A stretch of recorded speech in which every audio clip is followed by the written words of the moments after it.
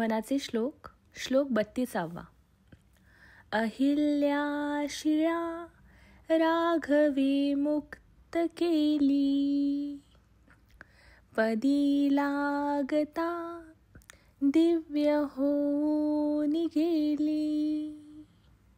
जयावर्णिता शीणली वेदवाणी,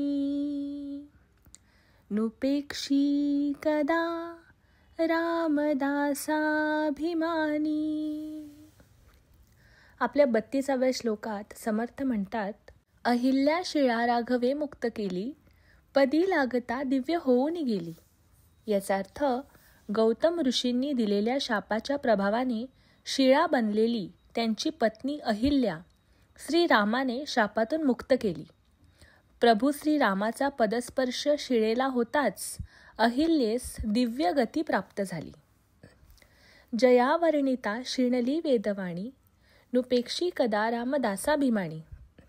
याचा अर्थ, ज्याचे वर्णन करताना वेदवाणीही थकून जाते, असा भक्तांचा अभिमान बाळगणारा राम आपल्या भक्तांची कधीही उपेक्षा करीत नाही.